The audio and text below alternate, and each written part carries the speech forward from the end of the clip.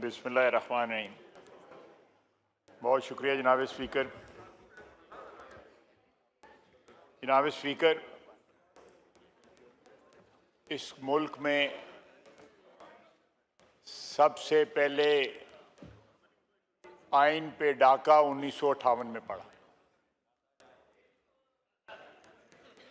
और उसको वैलिडेट जो है हमारी जुडिशरी की एक डॉक्ट्रिन थी, डॉक्ट्रिन ऑफ नेसेसिटी, जिसको नजरिया ज़रूरत कहते हैं, उसने उस मार्शल लॉ को वैलिडेट किया। तो पाकिस्तान की तारीख का सबसे पहला हादसा, आईनी हादसा जो है 1958 में हुआ। 1958 से लेके 1969 तक वो दहाई पाकिस्तान की 75 साल तारीख में वाहिद दहाई है जहां पे अडल्ट सफरेज जो है, वन मैन वन वोट जो है ख़त्म किया गया और पाकिस्तानी अवाम से वोट का हक लेके 80,000 बंदों को, जो बेसिक डेमोक्रेट्स थे, उनको अता किया गया। तारीख इसलिए याद करा रहा हूं ताकि जो अल्फाज जो है अभी इस ऐवान के सामने अटर किए गए हैं, उनको कुछ तो एहसास हो, कोई शर्म हो, कोई हया हो कि क्या हम कह रहे हैं, क्या हम कह रहे हैं और क्या हमारी तारीख है। जनाब स्पीकर, जिस शख्स के 3 डिफरेंट पोस्टर हों इलेक्शन के, एक के ऊपर नवाज शरीफ की तस्वीर हो, एक पे इमरान खान की तस्वीर हो, एक पे साइकिल की तस्वीर हो, जनाब वाला, जब आप जमहूरी इक़्तिदार की और आइन की बात करते हैं तो कम से कम थोड़ा सा तारीख पे भी नजर दौड़ा लेनी चाहिए और अपने ज़मीर को, अगर हो ज़मीर तो उसको भी टटोल लेना चाहिए।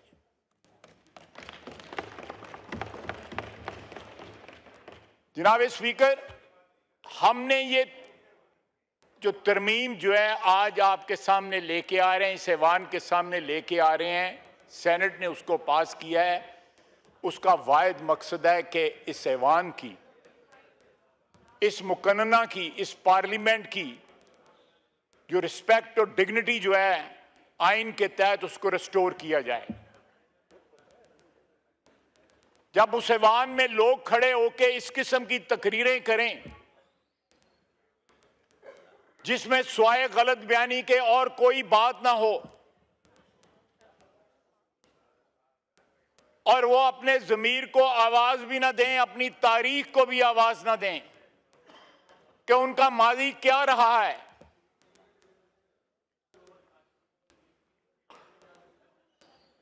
आपकी कुर्सी पे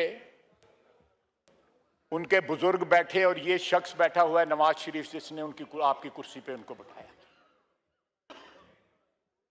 ये बहुत इज्जतदार कुर्सी है, बड़ी मुकद्दस कुर्सी है जिस पे बैठाया गया।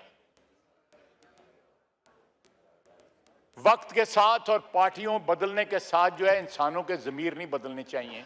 इंसानों की जो एक हिस्स होती है इक्विटी की और जस्टिस की, वो नहीं बदलनी चाहिए। ठीक है, सियासी पार्टियां, लोग बदलते हैं। यहां पे जो 4 MNA आए हैं, उन्होंने आजाद इलेक्शन लड़ा हुआ है, उसने पीटीआई के टिकट पे इलेक्शन नहीं लड़ा हुआ। ये गलत बयानी है। अगर सबर करें जनाब स्पीकर, आपको भी याद होगा, प्रेस गैलरीज को भी याद होगा, जब सूरी साहब ने आपकी जो कुर्सी पे बैठ के जिस तरह आइन को पामाल किया था और 54 बिल जो है आधे घंटे में मंजूर किए गए थे। हम लोगों को, हम सियासतदानों को, अगर हम इज्जत चाहते हैं, तकरीम चाहते हैं, एहतराम चाहते हैं, तो अपने एटीट्यूड पे भी थोड़ा सा नजर डालना चाहिए। हम कल जिस चीज को जस्टिफाई करार देते थे, आज उसको अनजस्टिफाइड कह रहे हैं। कोई कंसिस्टेंस होनी चाहिए हमारे पॉलिटिकल बिहेवियर के अंदर। अदरवाइज हम जो रिस्पेक्ट सीख कर रहे हैं, जो डिग्निटी सीख कर रहे हैं, वो हमें नहीं मिलेगी। और ये तरमीम जो है उसी की तरफ एक कदम है। जिस जुडिशरी की तारीख जो है नजरिया ज़रूरत से स्टार्ट हुई और मार्शल लॉ को वैलिडेट करने पे जो है वो स्टार्ट हुई, जनाबे वाला यहां पे सियासतदानों ने बड़ी कुर्बानियां दी हैं। जिस तरह बिलावल साहब कह रहे थे, सियासतदान जो है फांसी चढ़ाए गए, अदलिया ने जो है उनका खून किया। मियां नवाज शरीफ जहां पे बैठे हैं, उनको किसी के कहने के ऊपर बेटे से तनख्वाह ना लेने पे डिस्क्वालीफाई कर दिया गया। एक पॉपुलरली इलेक्टेड लीडर जिसकी 2/3 मेजॉरिटी थी, उसको डिस्क्वालीफाई कर दिया गया। आप याद करें कि यहां पे जुडिशरी किन किन नामों से जानी जाती है, पहचानी जाती है। साकब निसार,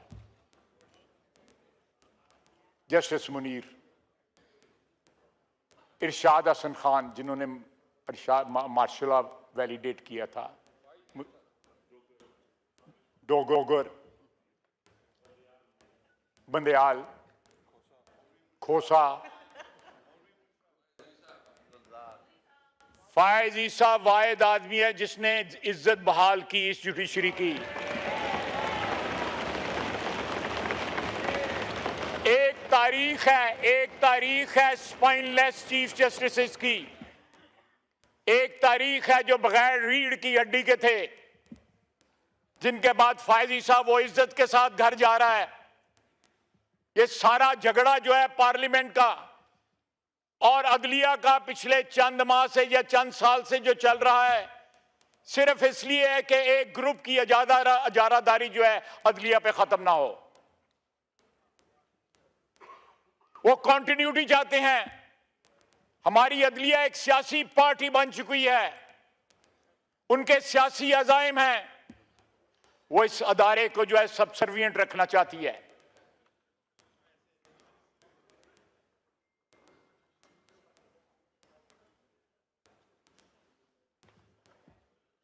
वो इस अदारे को सबसर्विएंट रखना चाहती है। हम ये तरमीम जो है इसलिए ला रहे हैं कि ये हम उस सबसर्विएंट से बचें। उस अदारे की जो है सुप्रीमेसी जो है वो अदल के हिसाब से जरूर कायम रहनी चाहिए, हम भी चाहते हैं कायम रहनी चाहिए, लेकिन आइन जो सुप्रीमेसी जो है, ओवरऑल सुप्रीमेसी जो है वो इस अदारे को देता है, हम उसको प्रोटेक्ट करेंगे। और ये अदलिया, ये जो अमेंडमेंट है उसकी तरफ एक कदम है।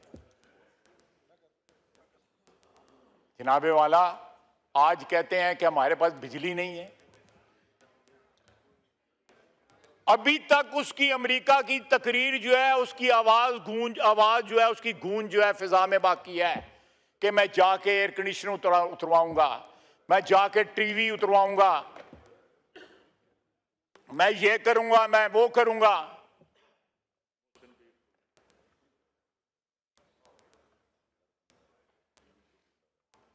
आज कहा जा रहा है फलां को मारा जा रहा है, फलां को मारा जा रहा है। ये बातें करते हुए सिर्फ अपना माजी थोड़ा सा याद रखना चाहिए। अगर इंसान माजी रखे, याद रखे, तो फिर इंसान को शर्म भी आती है, हया भी आती है।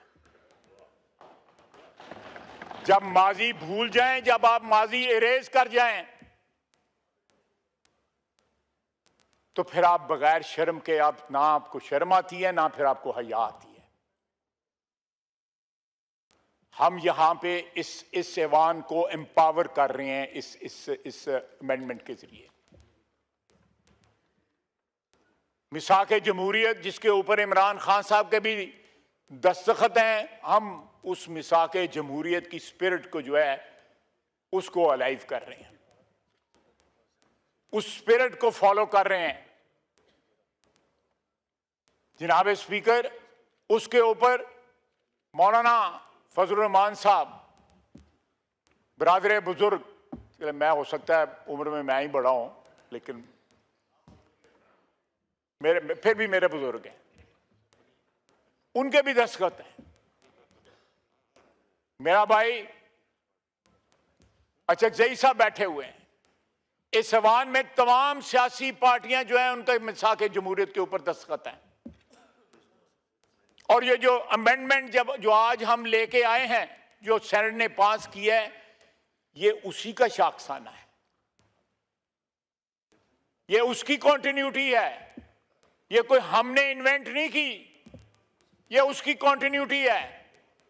वो कॉन्स्टिट्यूशन कोर्ट की बात करते थे, एक एग्रीमेंट हुआ कि कॉन्स्टिट्यूशनल बेंच होना चाहिए, हमने गिवन कर दिया कि कंसेंसस की जरूरत है।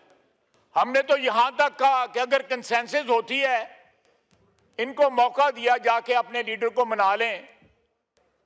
और इन्होंने कहा कि हमारे दो इख्तिलाफ थे, एक फायदीसा और दूसरी फौजी अदालतें।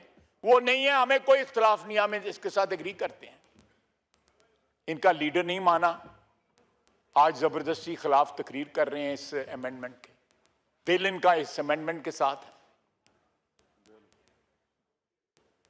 जनाब स्पीकर, आज तारीख के उस मोड़ पे हम खड़े हैं कि पिछले 16 साल से छीनी हुई इस अदलिया की आज़ादी, जो मिसाक जमहूरियत की को जो तय पाया था, उसके तहत इस अदलिया को हमने आज़ाद करना था, लेकिन इतना आज़ाद नहीं करना था कि वो हमारी आज़ादी छीन ले, हमारी आज़ादी सल्ब कर ले।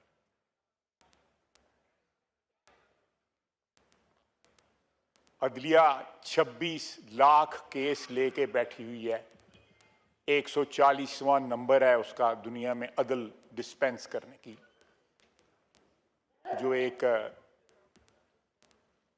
इंडेक्स है उसमें। मैं फिर कहूंगा कि जब उनको पता लगा, और 60-65 हजार केसेस सिर्फ सुप्रीम कोर्ट में हैं। अगर हम वहां पे डिवीजन ऑफ वर्क कर रहे हैं कि कॉन्स्टिट्यूशनल केसेस जो है कहीं और चले जाएं, दूसरे केसेस का, लोगों को इंसाफ मिले। जनाबे वाला, ये हाउस है जिसके अंदर 2 या 2.25 लाख रुपया लोग तनख्वाह लेते हैं, कोई पेंशन नहीं है, कोई गाड़ी नहीं है, कोई बिजली का बिल नहीं है, कोई गैस का बिल नहीं है। वो 16 लाख रुपया तनख्वाह लेते हैं, मर जाएं तो उसके बाद भी 16 लाख रुपया उनको पेंशन मिलती रहती है, उनके आबाओ अजदाद को। प्लॉट जाके वहां पे सोसाइटियों पे खुद जाके चूज करते हैं। क्या ये प्रिविलेज इस ऐवान में किसी को मिली हुई है? और ना हमें चाहिए। बिल्कुल ठीक करें, हमें नहीं चाहिए। अगर आपको चाहिए तो आपके लिए कुछ कर सकते हैं, और नहीं, मुझे आपसे यही उम्मीद थी।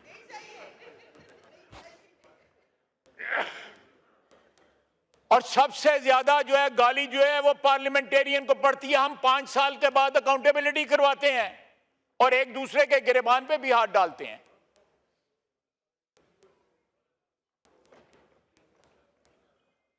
और फिर कहा जाता है डिस्क्वालीफाई सियासतदान होते हैं। जान जो है वो सियासतदानों की जाती है, कैद सियासतदान भुगतते हैं। और अदलिया जो है ये 17-18 लोग जो हैं, ये कहां से आए हुए हैं? ये आसमान से आए हुए हैं। इनकी अकाउंटेबिलिटी नहीं हो सकती। इनकी अकाउंटेबिलिटी ये हाउस करेगा, ये ऐवान करेगा इनकी अकाउंटेबिलिटी। जनाब speaker, there are parliaments in the world who can call the judicial officers on the bar of the house. हम तो ये हमारे अपोजिशन वाले इस बात की अपोज कर रहे हैं कि हम जो है ये कमेटी क्यों बना रहे हैं, जो उनकी अपॉइंटमेंट कर रहे हैं, उनके पावर क्यों हम अज्यूम कर रहे हैं उनको अपॉइंट करने की। ये इस ऐवान के बेईखा हैं, खैर खा हैं, ये इस ऐवान के दुश्मन है। सियासत को इस तरह ना खींचें, इसको इस तरह लंबा ना करें सियासत को कि आप इस ऐवान को एम्पावर करने वाली एक तरमीम जो है आप उसकी भी मुखालफत करें। जनाब स्पीकर, इस मुल्क में इस अवान के अगर किसी लीडर ने एक बावर्दी शख्स को वोट दिया हुआ है प्रेसिडेंशियल इलेक्शन में, तो इनके लीडर ने दिया हुआ है। बावर्दी शख्स को कैंपेन की, उसकी तारीख गवाह है। आज जमहूरियत की बातें करते हैं। जनाब स्पीकर, ये हमें कह रहे हैं 4 आजाद मेंबर अगर यहां पे आके बैठ गए हैं जिनकी लीगली कोई एफिलिएशन नहीं है इनकी पार्टी के साथ, आप बताएं, आप भी गवाह हैं इस ऐवान में क्या होता रहा है?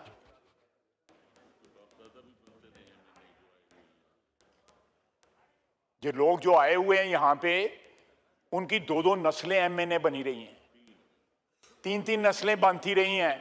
एक तारीख है यार, एक मिनट,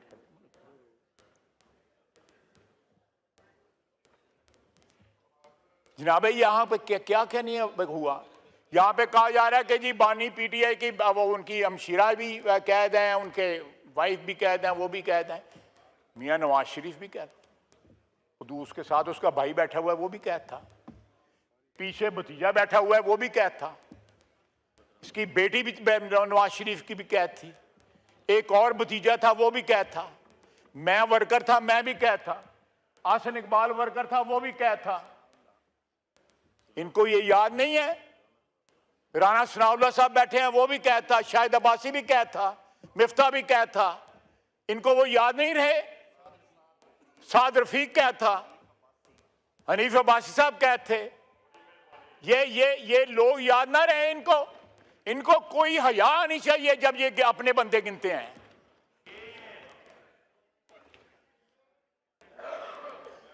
जनाब स्पीकर, इतनी डटाई के साथ, इतनी शेमलेसनेस के साथ जो है ये बातें करते हैं, कोई बंदे को थोड़ी सी हिचकिचाहट होती है तो थोड़ा सा अगर जमीर जिंदा हो तो थोड़ा सा पिंच करता है वो।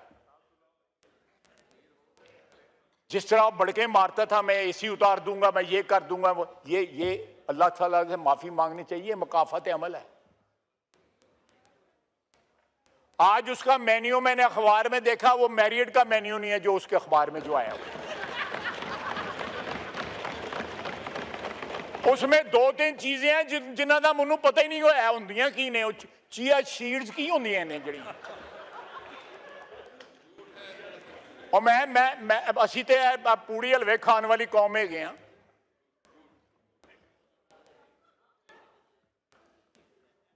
और देसी मुर्गी तो अजकल लभदी नहीं, पता नहीं उन्होंने कितों लभदी पिएगी। ये देखें, ये नखरे देखें, नखरे देखें। और रान तनवीर कह रहा नाल करतूतां देखो। जनाब स्पीकर, को खुदा का वास्ता है, को थोड़ा सियासत में कुछ सच जो है उसको भी इंजेक्ट कर दें अपनी सियासत में, को असूल को भी इंजेक्ट कर दें। असद कैद साहब ना बोलो एवं, फिर मैं किसी होर पासे टुर पावांगा। मैं तुहाडे घर बैठ के ISI दे नाल असीं मीटिंगां करते रहेगी।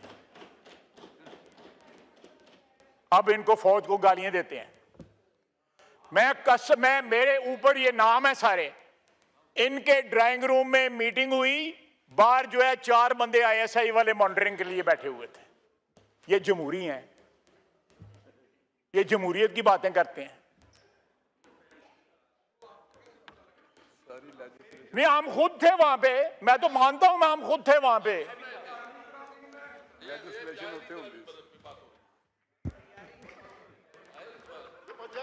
कह रहे हैं आइन के बाद, देखें आइन के लिए अगर फौज की जरूरत है, आइन के लिए हमें इकट्ठे बिठाने के लिए फौज की जरूरत है, तो हम तो कह रहे हैं कि फौज को ना इस्तेमाल करो इकट्ठे बैठने के लिए, खुद ही इकट्ठे बैठ जाओ, खुद ही इकट्ठे बैठ जाओ। अली अहमद मुस्कुरा रहा है, बात उसको पसंद आई है।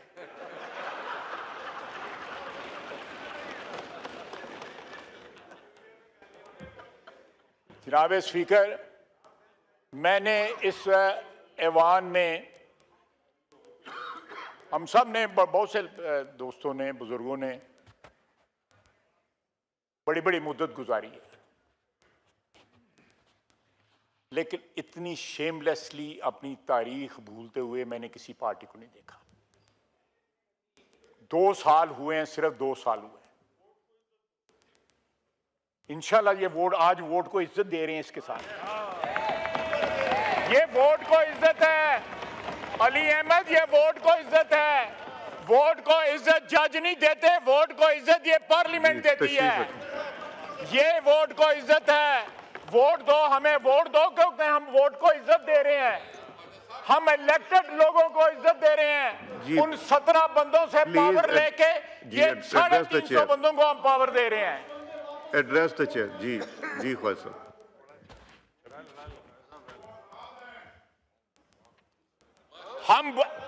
हमारा आज हमारी ये तरमीम जो है हमारे मिशन की तकमील की सबसे बड़ी निशानी है।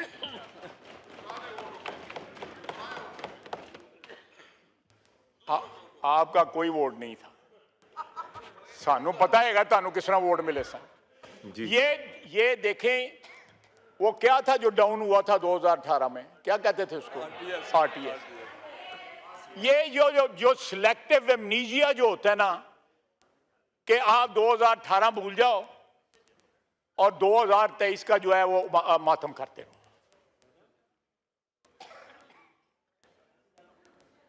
अगर आपने कोई बात करनी है, देखें, फिर मैं बात रिपीट करूंगा कि इस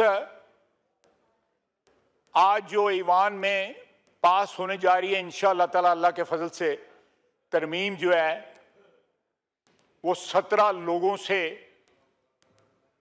गैर आईनी इक्तदार लेके, गैर आईनी ताकत लेके, गैर आईनी इख्तियार लेके, ये वोट को, जो वोट से इलेक्ट होके यहां पे जो लोग आए हैं, उनको इख्तिदार मुंतकिल हो रहा है।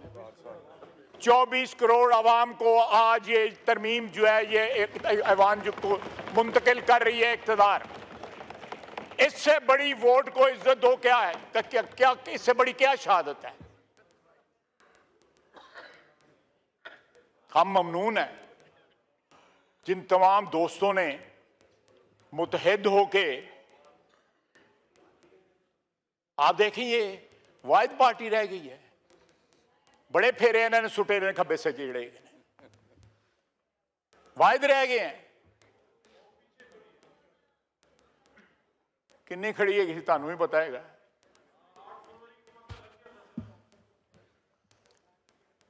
जनाब स्पीकर, मैं लंबी बात नहीं करूंगा, मौलाना ने भी बात करनी है, लेकिन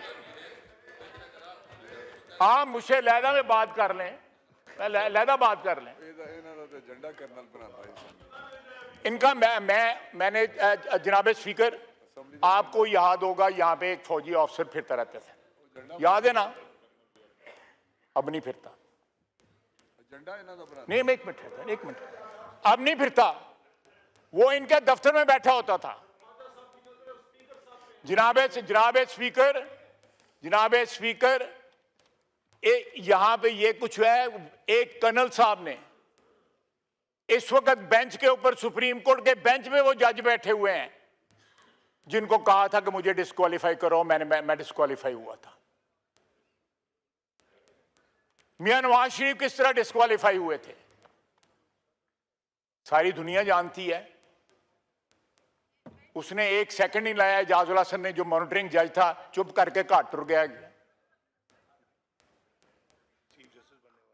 चीफ जस्टिस बनने वाला था, थोड़े दिनों के बाद घर चला गया। क्या बात थी, क्यों घर चला गया? अगर कोई पसली थी, कोई रीढ़ की हड्डी थी, खड़ा रहता। अगर दामन साफ था तो खड़ा रहता, दामन साफ नहीं था। मैं केस भी बता सकता हूं जिनमें उनका दामन साफ नहीं रहा हुआ। If you have something to hide, तो फिर यही असर होता है ना कि रातों रात जेड़ा बोरिया बिस्तरा बंद करके तुम घाट टुर जाते हो।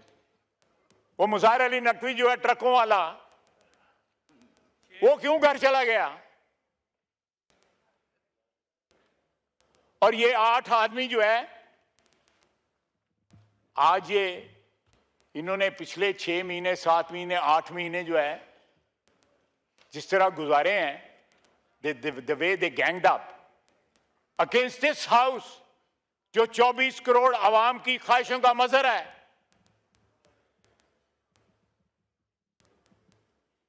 क्या ये आइन हमें यही सबक देता है या मिसाक जमहूरियत हमें यह सबक देती है? या इनकी जमहूरी रवायात अगर कोई हैं तो इनको यह सबक देती है कि सारा सिस्टम, जमहूरी सिस्टम जो है यरगमाल बना ले 8 आदमी बैठ के वहां पे, और हम ताबे हो जाएं एक शख्स की ख्वाहिशात के कि उसने चीफ जस्टिस बनना है और वो मलिया मेट कर दे सारे सिस्टम को। क्या इलेक्शन कमीशन एक अदारा नहीं है?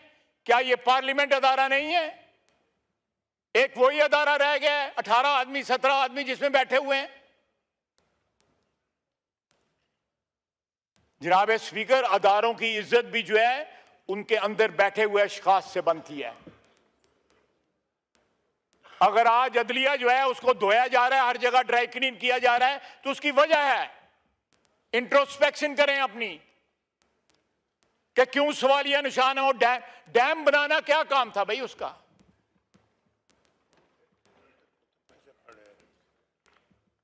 अरबों रुपया इकट्ठा कर, और फिर यह है कि फैसला देते हैं और साथ जो है रिश्तेदार अजीज जो है वो लोगों को जाकर कहते हैं कि अक्टूबर ही साडा लीडर आ रहा है। ये हाल है फैसलों का। वो जो 8-5 का फैसला हुआ था उसके बाद की बात कर रहा हूं कि फैसला हमने दे दिया अक्टूबर में जो है। यार मैंने कहा था कि ये इस मुल्क में जो है को कॉन्स्टिट्यूशनल खुदा न खास्ता को कॉन्स्टिट्यूशनल मेल्टडाउन ना हो जाए। मैं कुछ सुनी सुनाई बात नहीं कर रहा। उस फैसले के बाद जो है बड़ा सीने के ऊपर हाथ मार के कहा कि अक्टूबर में हम बंदे को लेके आ रहे हैं। इंशाअल्लाह अक्टूबर में भी यही हुकूमत होगी, यही ऐवान होगा अल्लाह के फजल से। जनाब स्पीकर, ये इस ऐवान को एम्पावर करना है। यहां पे जो 350 या 346 बंदे बैठे हुए हैं उन्होंने एम्पावर करना है। हमने मिलकर एम्पावर करना है। इसकी इज्जत को बहाल करना है। इसको सबसर्वियंस से निजात दिलानी है। इससे बड़ा कोई अदारा नहीं है।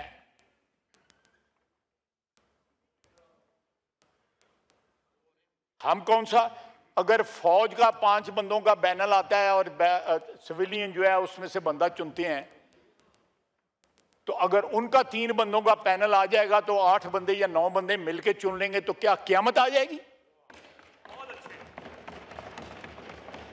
5 आदमियों का पैनल आता है और एम्पावर्ड है प्राइम मिनिस्टर। 20वें नंबर वाला भी तमाम 3 स्टार जनरल में से चूज कर सकता है।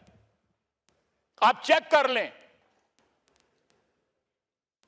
अगर फौज का चीफ चुना जा सकता है, वो फौज जो जहां पे हुक्मरान रही है, आधी से ज्यादा जो है इस उम्र जो है इस मुल्क की उसमें हुक्मरान रही है, तो ये मैं आज जो है ना फिर वो लंबी बात हो जाए। उस तरफ चला जाऊंगा जिस तरह आपने तो बाप बना लिया। वो था,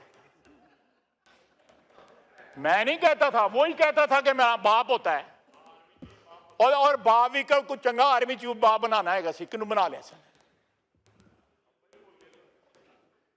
वो कहता भाई अब्बा ही भुल गए सन।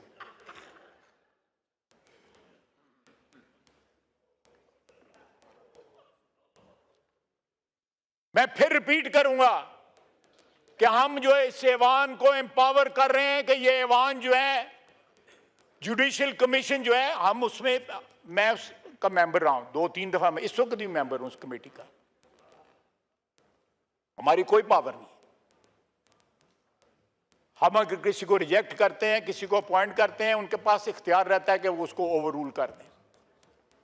हम ये पावर इस ऐवान के पास लेके आए, किसी फर्देवाद के पास नहीं लेके आए।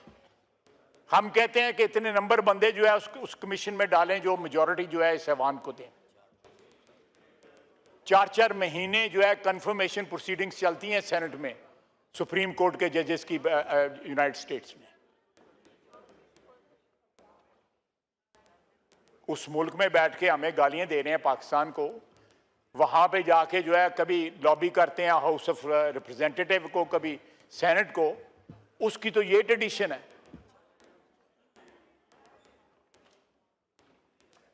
तो अगर हम उनसे 3 का पैनल जो है जो सीनियर मोस्ट हो वो ही अप्लाई कर दें, वहां पे 5 का लेते हैं, यहां पे 3 का लेते हैं, और ये हाउस जो है ये हाउस और जुडिशरी मिलके जो है अपॉइंट कर दे। तो मैं जनाब आखिर में यही कहूंगा कि ये आज जो तरमीम जो हम कंक्लूड करने पास करने जा रहे हैं वो एम्पावर करती है पार्लियामेंट को, 24 करोड़ अवाम के नुमाइंदों को एम्पावर करती है, वोट को इज्जत देती है। वमा अलैना इल्लल बलाग। जी मौलाना रहमान साहब।